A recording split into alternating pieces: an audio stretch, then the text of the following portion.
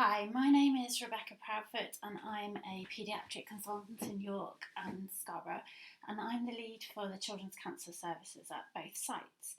I'm going to give you a short talk about paediatric oncology. In your curriculum, this falls under the long-term conditions, but also there's a lot of information here about general paediatrics and how children with rare conditions are managed in networks in the UK. So I hope you enjoy it. Now, we're going to start with a case presentation of quite a typical sort of story. So you're working in the Children's Assessment Unit, and a GP calls with the following referral. There's this 4-year-old child who's been tired for a few weeks. The mum has been in before to say that he's falling asleep in the class, but he's only just started reception. And the GP has made arrangements for some bloods to be done next week, but today the child has come in with a fever and no obvious source, so they're sending the child in. So a bit of history of growing pains at night, lots of fevers with no obvious source, but some upper respiratory tract infections, and the GP thinks maybe a child looks a bit pale and just that borderline temperature. So at this point, when I do the talk live, we pause it and we have a think about what sort of questions you might want to ask and what you would do on the examination. So if you want to pause the video now and just jot down a few things you would be thinking about. But it would just be a standard paediatric history and examination. You would do all the normal things you would do. So when you see this child, he looks okay. He doesn't look desperately unwell, but maybe a bit pale. And when you examine the child, you think maybe there's a bit of splenomegaly, but you're not so sure. And there's definitely a heart murmur, and a few petechiae on the arm. So there's a tiny non-blanching spots and some bruises on the shins and on the buttocks.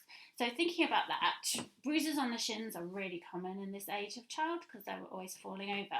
But bruises on the buttocks are a bit more unusual. And the white coating to the tongue. So have a think about what that could be and whether you would think that would be normal at this age. So your assessment should follow the normal things that you would do in adult medicine as well. So in any unwell child, you want to look at their airway and the breathing. And I can tell you that this child's airway is fine, they're breathing normally, and here are the observations that the nurses have done. So the temperature's a bit high now. The blood pressure, now that blood pressure, 95/50. We don't expect anybody to remember what normal blood pressures are at different ages. There are charts easily available on the wards and on the electronic system that will highlight if that is an abnormal blood pressure or not. So I'm just telling you that is fine. The heart rate, again, you don't need to remember all these numbers. You can always look them up either on the internet or on the online Pew's chart. So 180 is a bit fast, and the rest rate is probably okay, and the sats are fine. So for your A and your B is okay, the chest sounds fine. Your C, circulation, we've said the blood pressure is okay, heart rate's a bit high. The peripheries is a good way of assessing unwell children. Children who are septic tend to get cool, shut down peripheries, but again, they could be just cold. But this child's peripheries are all right, and you should check the pulses. And with this heart murmur, heart murmurs are quite common in children and are not always pathological. So I can tell you there's no history for this child of having a heart murmur before, but in a 4-year-old child, perhaps no one has ever listened beyond the neonatal period. But the most likely thing in a child who's febrile and a bit tachycardic is what you call a flow murmur. So those are soft systolic murmurs that are innocent. They're just from a hyperdynamic circulation that's working a bit harder. And the way to really know is to see if it changes with position. So often the intensity will change compared to lying down to sitting up.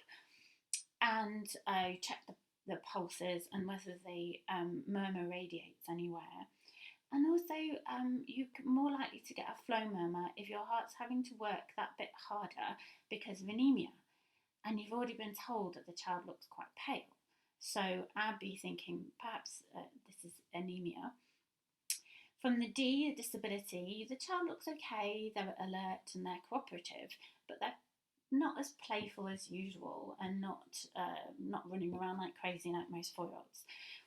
And then from the general perspective, you've looked at the bruises and the rashes and the white coating, and I would also be doing an ENT examination, as you would do in any child, and examining fully for lymphadenopathy, especially because you've detected that probable splenomegaly there. Okay, so at this point, just pause at the video and have a think about what your differential diagnosis would be for a child with these sort of symptoms.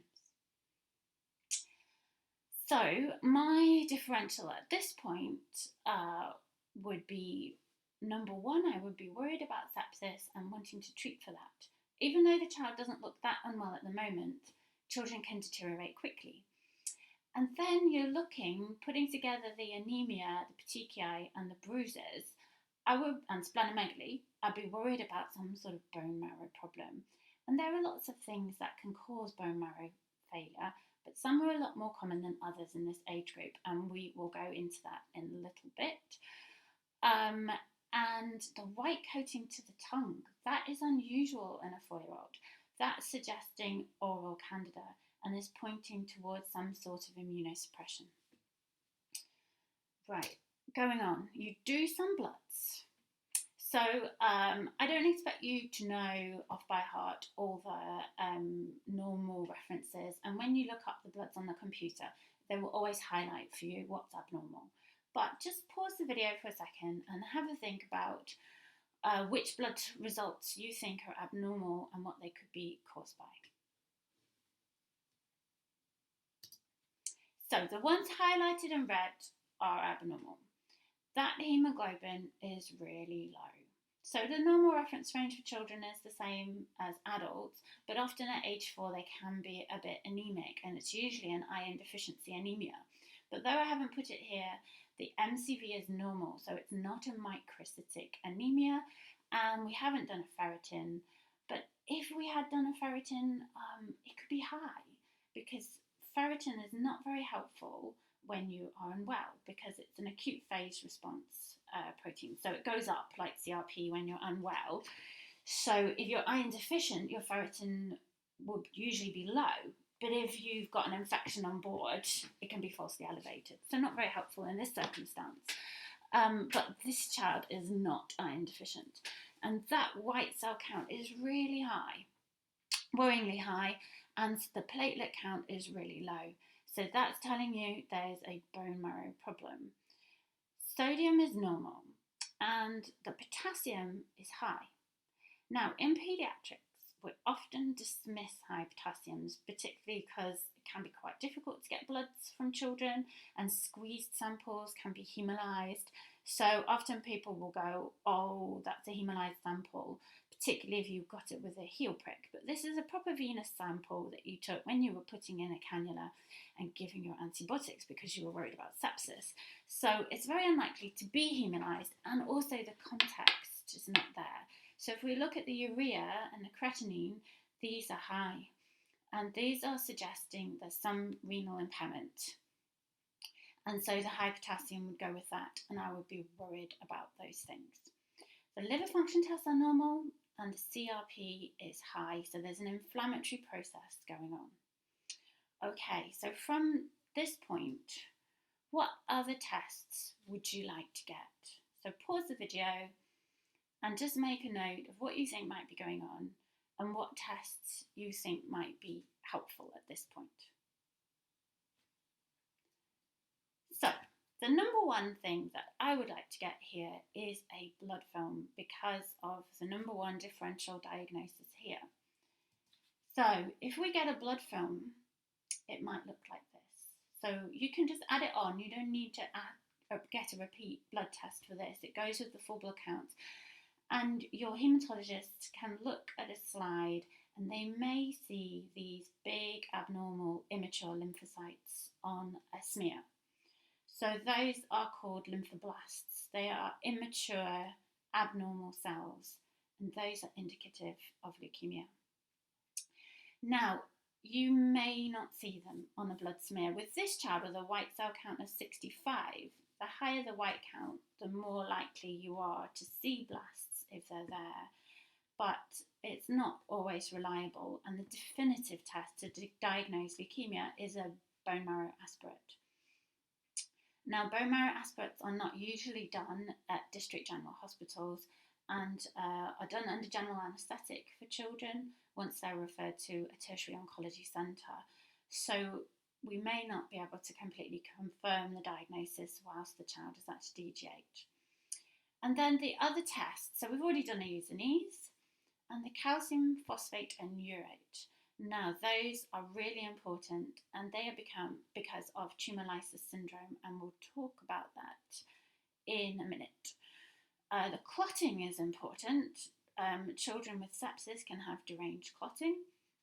You've already seen that this child has got bruises and petechiae, so you want to know whether they've got normal clotting or are these bruises and petechiae just due to the low platelets. And they're going to need a bone marrow aspirate at some point, so you also want to know that their clotting is normal, and if you need to correct it. So most good paediatricians would have done a clotting in the first place because they would have seen the petechiae and the bruises and been worried about sepsis. So that would have been part of your initial assessment, but if it wasn't done, you need to do it. And then you need to get a chest x-ray. Now, you might think why, because clinically this child doesn't have any chest problems. They're breathing normally, the chest sounds clear on auscultation, and they're set to 100%. But you're worried now about leukemia, or maybe even lymphoma, because you've got splenomegaly and you may or may not have some lymphadenopathy. So the lymphadenopathy that you should have examined for and that you can feel is cervical lymphadenopathy, axillary, and inguinal.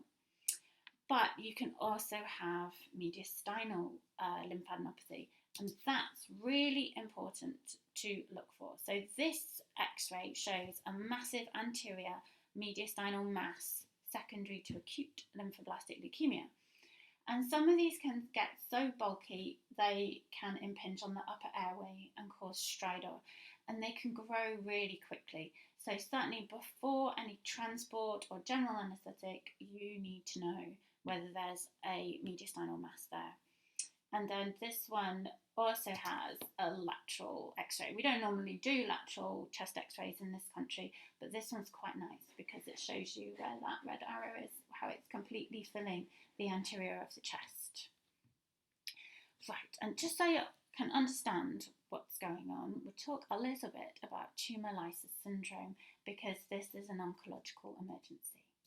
So this diagram shows at the top, you've got these abnormal lymphoblasts. So they're immature malignant cells that are being released from the bone marrow, and they're fragile and they're turning over more frequently than normal white cells. So they lyse, and when they lyse, they release damaging substances. So they release potassium, so that's why you can get your high potassium. They release nucleic acids and other contents and phosphate. And the nucleic acids increase the phosphate also in your system. And all of these things lead to hyperkalemia. So you might want to think about managing that, getting an ECG and some monitoring on. You get high urate and you can get precipitation of crystals, and that can lead to renal failure. And the high phosphate can also damage your kidneys. And if you're unwell with fluid depletion, diarrhea, vomiting, you've just not been drinking very well, again, all of these things can lead to renal failure. And some children, particularly the ones with really high white counts, can present in renal failure and need dialysis. So it's really important that you monitor their urine output.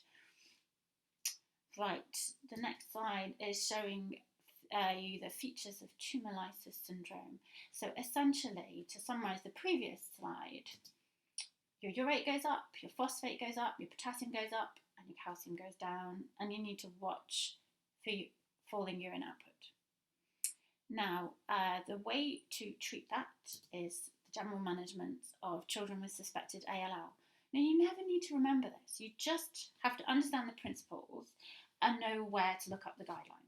There are very good guidelines in every hospital you work. You just need to know how to access the local guidelines from the children's oncology, and it will give you step-by-step instructions of what to do.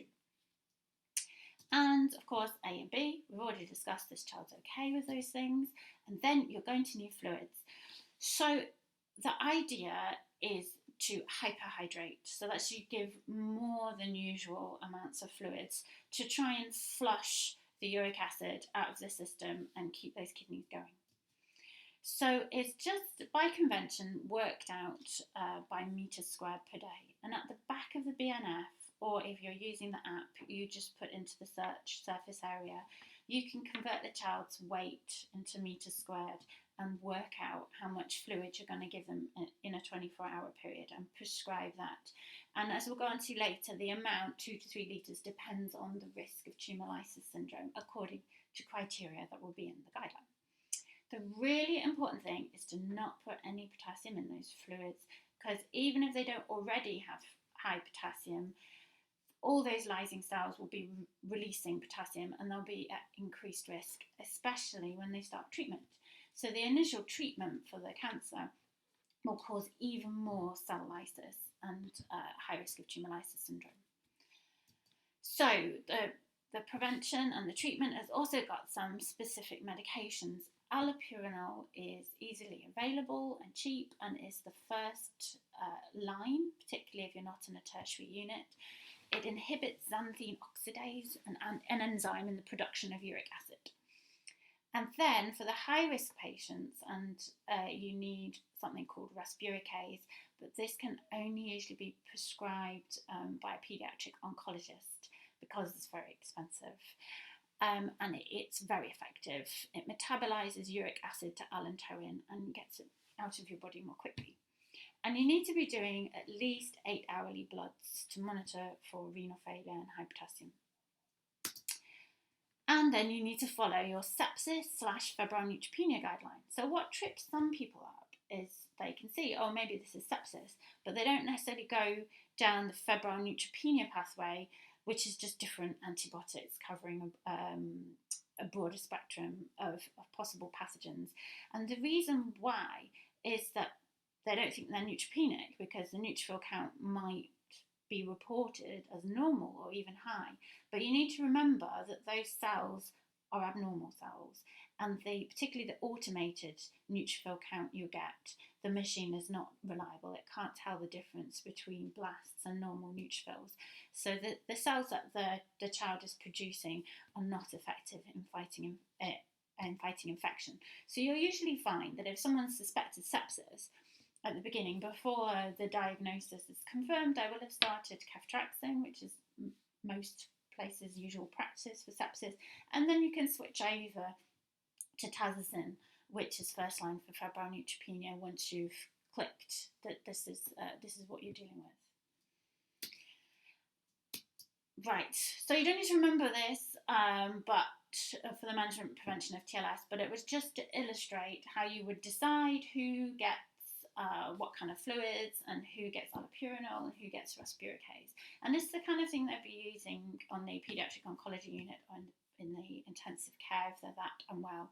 So the sort of cases that would be low risk is leukemias that present with a white count of less than 20, non-Hodgkin's lymphoma is normally low risk and the renal function is okay.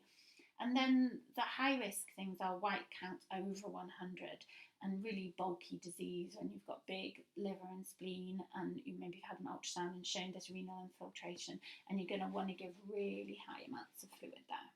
Yeah, and those are the ones that definitely need respiricase. But for us in a DGH, we'll be transferring them out pretty quickly and discussing them with paediatric oncology. And the fluid type, this 5% DAX and normal saline is our usual paediatric fluids that we give, but really important, don't add any potassium. Now, should you transfuse? Well, generally the answer is no, and especially not if you've got a really high white cell count. it's going to increase your blood viscosity. So the blood already is probably quite sticky, they're probably a bit dehydrated, and all those white abnormal cells are making the blood sticky and viscous. And these children are at risk of stroke, hemorrhage, respiratory distress. So if they're symptomatic and their hemoglobin is really low, you should discuss them, obviously. I mean, you would anyway be discussing them with tertiary clinicians, and they might suggest giving really small amounts, like 5 mils per kilo, whereas a normal blood transfusion for a child would be around 15 mils per kilo. You might want to just do it in small aliquots, and they'll usually have wanted you to take some specialist tests before doing the blood transfusion, so really important not to just go ahead with that. So that was a brief introduction via a typically presenting case. And then we do a bit of a quiz just to make it more interesting. And then we'll talk about leukemia treatment a bit more, and a bit about brain tumours, general side effects of chemo, and then the late effects. So the quiz. I normally give this as a printed out sheet that you can have a look at. I really don't expect you to know the answers at all. It's just to try and make it a bit more interactive and have a think. So if you want to pause at this slide and have a go at answering some of these questions, go ahead and do that. And then we'll go through all the answers. So the first question, what is the most common paediatric malignancy? And then, what is the second? So I hope you had a think or a guess. So leukemia is the most common one, particularly in the younger age group. But when you add them all together, leukemia is definitely the most common one. In the 0 to 14 years here, we've got more than 30% leukemia. And also the leukemia, the treatment is the longest. It's 2 or 3 years. So in any hospital, the most work, if you like, of children with cancer is the leukemia cohort. And then as they get older, it shifts the young people more to lymphomas. And then the second biggest one in children is CNS tumours, so brain tumours. So brain tumours are most common at the beginning of life and at the very end. So the neonatal population is most at risk from brain tumours. And then we've got lymphomas and neuroblastoma, which is a really strange disease. And I'm not going to go through all of these today. There's too many. We're just going to focus mostly on leukemia and a little bit about brain tumours. So the cure rates for ALL, so that's acute lymphoblastic lymphoma, which is the most common one. So in adults, AML, acute myeloid leukemia, is more common, but in children, by far and away, ALL is the most common one, and this is the 5-year event-free survival. And by the time you're at 5 years, your chance of relapse is really, really small. So at 5 years, we generally say they're cured. So I'd be interested to know what you think, but the answer is actually over 90%, which is great. And actually, if you can stratify them further, the children who at the beginning of treatment are classified as low risk have 98-99% chance of cure. And so then the weird thing about that is that their risk of dying from the treatment, so treatment-related things such as sepsis, is actually higher than their chance of dying of the disease, which is why it's really important how we treat them for febrile neutropenia and for any of the complications of treatment. So there's been huge changes in the treatment of children's cancer in the last 30-40 years, with a sort of 5-year event-free survival of about 35% in the 1970s, and then 87% in 2010, and now we're well over 90%. So pre-children. These images are from the Children's Cancer Leukemia Group, which recently celebrated its 40th anniversary. So before 1970s, little research into childhood cancer, around about 3 in 10 children are cured. And now over 8 in 10 children now survive their disease. So it's better than that for leukemia. Some of the other diagnoses are a little bit worse, but the overall is 8 in 10 children, which is really different from adult cancers. And a lot of these children will have fit and normal, healthy lives. So, how common is childhood cancer? Have a look at these different individual risks from birth to 25 years.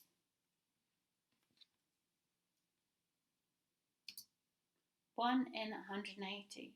So it's not that rare. And that's why it's really important that whatever you're going to do in the future, but particularly if you do GP or paediatrics, you are aware about the presentations of childhood cancer. So that is from the National Cancer Registration and Analysis Service and recently published data. So which of these conditions is associated with a 20 times increased risk of leukemia?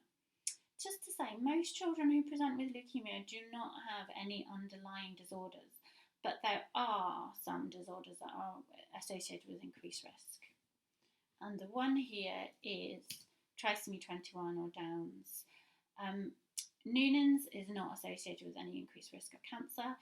Ataxia telangiectasia is an autosomal recessive condition where you have a failure of DNA repair mechanisms, and those children and people are at much increased risk of various cancers and about 100 times risk of leukemia.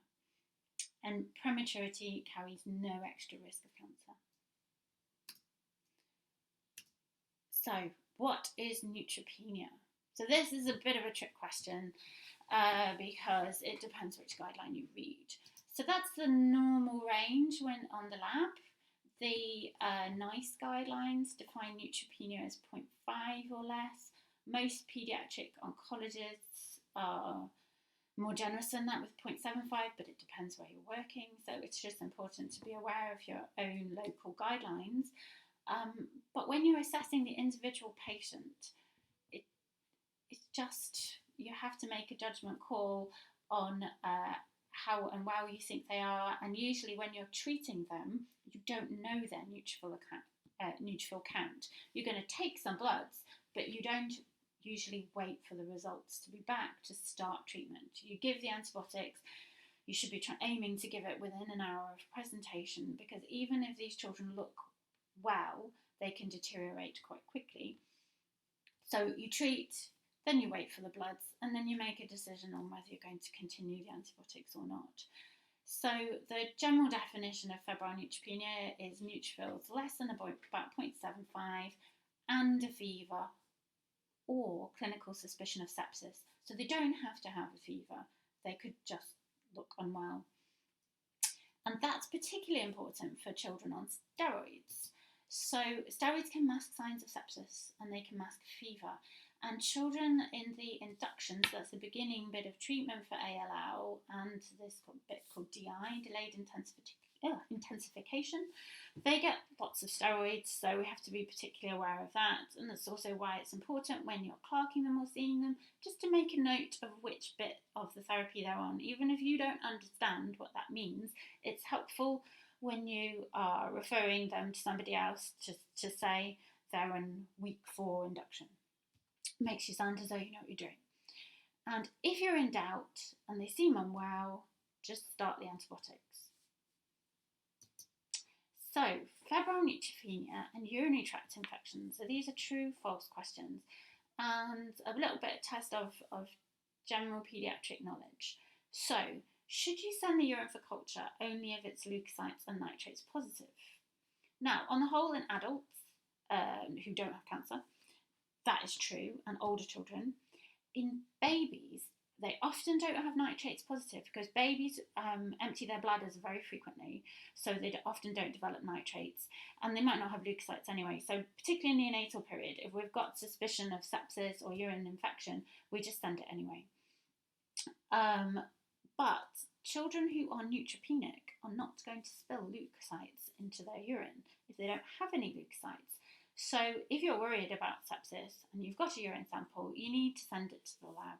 A dipstick is not going to be reliable. So that one is false. Wait for the urine collection before giving antibiotics.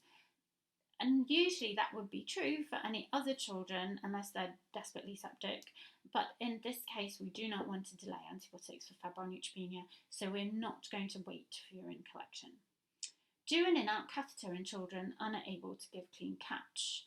So again, in small children, you would do an in-out catheter, children who don't have cancer, because it's really important to know whether they've got a urine infection before you start antibiotics, but not for oncology patients, because you may introduce infection, and also the chances of them having a urine infection are much less. We're not so worried about urine infections in oncology patients. It doesn't tend to be the type of infection they get. They get infections because they have central lines in, and they get infections because they have reduced immunity, but they also get mucositis. So the chemotherapy is bad for, it kills off all your rapidly dividing cells. So that includes the whole lining of your mouth and your gut. And your gut is what prevents bacteria and food leaking through into your blood system. So a lot of the infections that these children will get are gram-negative bacteria that have probably got into the bloodstream through a leaky gut.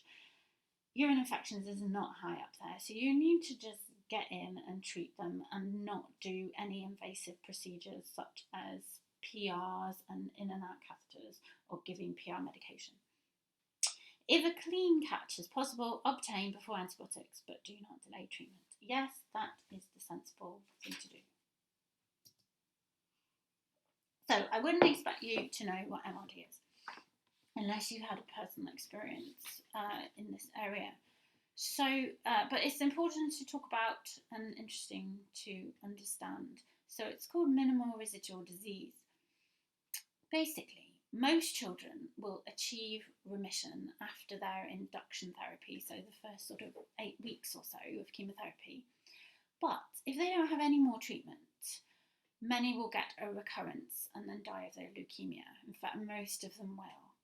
And the relapse is thought to result from residual leukemic cells that remain after you've got the remission, but they're below the limits of detection using the conventional assessment, so blood film, bone marrow examination. So these subclinical levels of residual leukemia are called MRD, minimal residual disease, and they can be evaluated with more sensitive assays, and this is PCR tests. So at the beginning of the therapy, the children will have a bone marrow aspirate, and they will have a sort of PCR template of their disease that you can then compare at the end of induction therapy and at various stages throughout the treatment.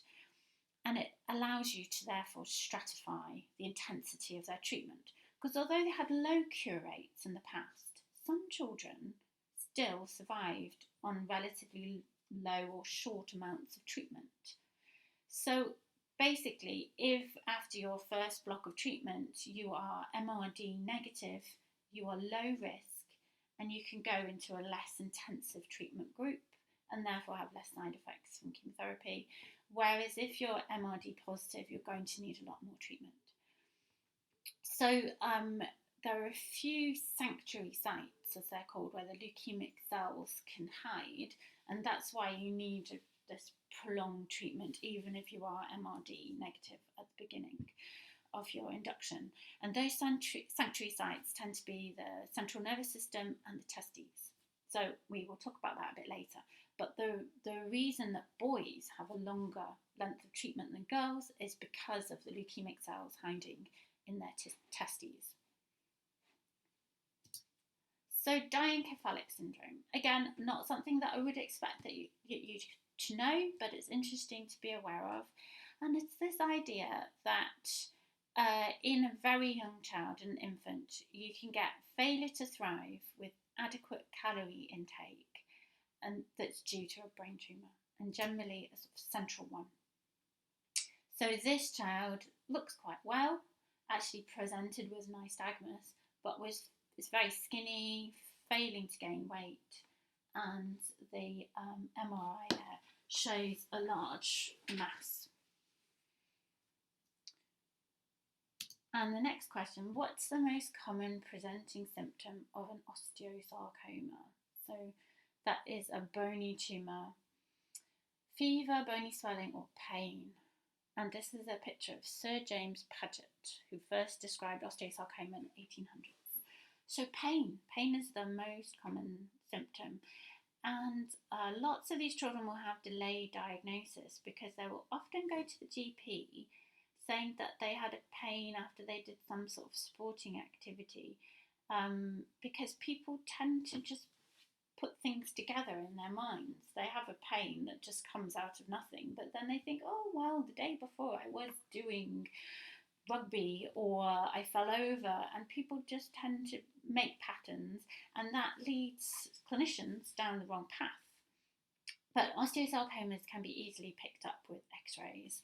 So we should have a low threshold for getting x-rays of children with unexpected bony pain.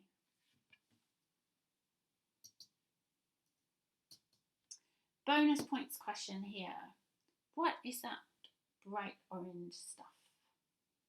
I wouldn't expect you to know unless you've had some experience on the cancer wards. So that is methotrexate. So methotrexate is given to children with lots of different tumours, but in particular for ALL, and it's given intravenously, but it's also given intrathecally, which means you do a lumbar puncture and you get some clear fluid coming out, and then you put a syringe on the end of your lumbar puncture needle and you give the methotrexate. So that bag there is a large bag, that's for intravenous administration, but the intrathecal is really small amounts, it's just a couple of mils. So as I was saying before, in the past, there were all these new chemo drugs that were developed for leukemia in the 50s, and the length of survival increased, but most of the children still relapsed. And when they relapsed, it tended to be with CNS disease. So initially, they started using craniospinal irradiation. And that worked fairly well to stop the CNS relapses. But if you think about it, what will that do to you, having radiotherapy to the whole of your brain and spine when you're a child? It's going to give you a lot of neurocognitive and neuroendocrine side effects. So those children develop learning difficulties, poor growth, scoliosis, and also the radiation gives you a higher risk of secondary CNS tumours. So at some point, the idea of intrathecal methotrexate was developed, as well as high-dose methotrexate. So you give them methotrexate at such a high dose that the chemo is able to cross the blood-brain barrier. And the important thing to talk about in this is a really good example of human factors in our medical era. So in the old ALL protocols for both children and for adults, intravenous vincristine was given on the same day as intrathecal methotrexate. And they were both clear liquids in a small syringe of about the same volume. So you can imagine what happened. In children, we put them under general anaesthetic to give the intrathecal. So actually, I don't think this ever happened with children because of the separate place that the intrathecal was done. But for adults, they were both just done on a normal ward. They got their intravenous vincristine and their intrathecal methotrexate on the same day. And many times in many different parts of the world, people mixed up the two medications and the vincristine was given intrathecally. And that is fatal. and it causes death really quite quickly. So now methotrexate is coloured orange to make it more obvious. The two medications are never given on the same day, and in fact they will not release the intrathecal methotrexate from pharmacy until there's evidence that the vincristine has been given and been signed for. You have to be on an intrathecal register to be able to give it. You have the doctor who gives the intrathecal has to go to the pharmacy themselves, collect it. There's a lot of safety procedures around it to ensure that that never happens again. But it was something that was just asking to happen because of the similarities in the drug and the fact that they were given on the same day. So moving on, what is this drug, methotrexate, and why is it orange? It's orange so that we don't mix it up with vincristine. Now we're just going to have a quick talk about leukemia because that's the most common one and the most children we see on the wards have leukemia. So the incidence is about 1 in 2,000 with about 450 new cases annually. So each DGH will have a few cases each year. In Scarborough we've had already 3 or 4 this year and a couple in York. Almost all of them will be acute lymphoblastic leukemia, with the rest being AML. And only a few are associated with underlying conditions. Most of them, the children were previously completely fit and well. That is what the current trial, well, actually the trial is just closed, look like. Very complicated. So almost all children with leukemia and with most other malignant diagnoses in the UK are treated on trials. And this trial is recently closed. It was called the UK ALL 2011 and was looking at a few different things, but essentially the focus of the trial is how can we better stratify children so that those who have a really good prognosis are not being overtreated. And just that is way too complicated, and I think a lot of doctors and nurses who even work in oncology don't fully understand it. And the new trial is going to be called the All Together trial, and it's not just the UK but a lot of European countries all together. But the start of that trial has been delayed a little bit, and we're still using this one as a template for the treatment for ALL at the moment, although it's no longer a trial. And essentially what happens is you have induction over about 4 to 6 weeks, and that's quite a heavy amount of chemo, and you get rapid eradication of over 99% of your leukemic cells. And this is probably the most high risk time. You're high risk at presentation because you might be septic and really unwell, and then you've got risk of tumour lysis syndrome, especially when you start the chemo, and just more risk of infections and hyperviscosity. So it's generally a really bad time for everybody. Then they have some consolidation.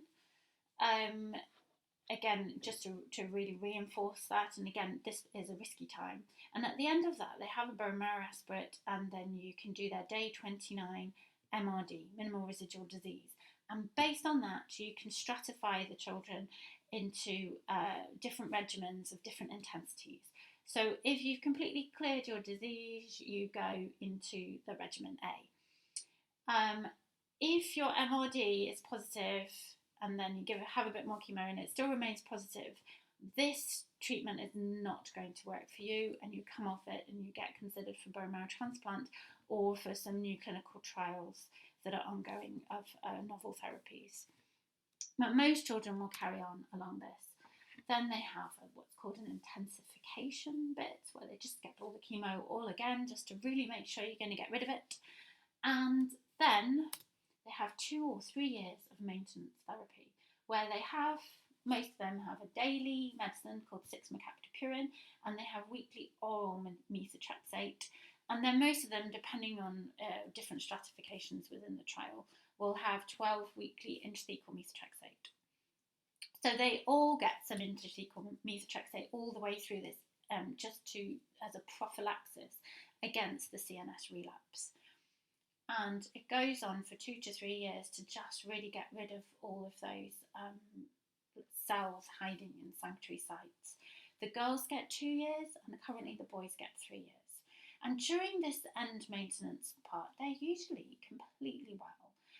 The chemotherapy, oral one, should be calibrated so that they are not neutropenic. But when they get a viral infection or they're unwell for any reason, they may dip into neutropenia. But on the whole, the risk of sepsis and being seriously unwell is much lower in maintenance. Their hair tends to grow back and they will usually go to school regularly. So general people might not realise that these children have leukemia. Now we're going to just talk a little bit about brain tumours, and I'd like to recommend this website. So the Head Smart campaign was a national campaign a few years ago to try and improve early diagnosis of brain tumours, just to increase awareness amongst doctors and general public about the symptoms of brain tumours in children and about investigating and referring them early. And it's had some success. In particular, it's really important to measure babies' head circumferences routinely whenever they're seen in the first 2 years of life. Because as I said before, the beginning of your life, the end of your life is the highest risk of CNS tumours. And because children's heads are growing and soft and have open fontanelles, little babies will not present with headaches. Their head will just cross the centiles, it will get bigger. So I'll just show you this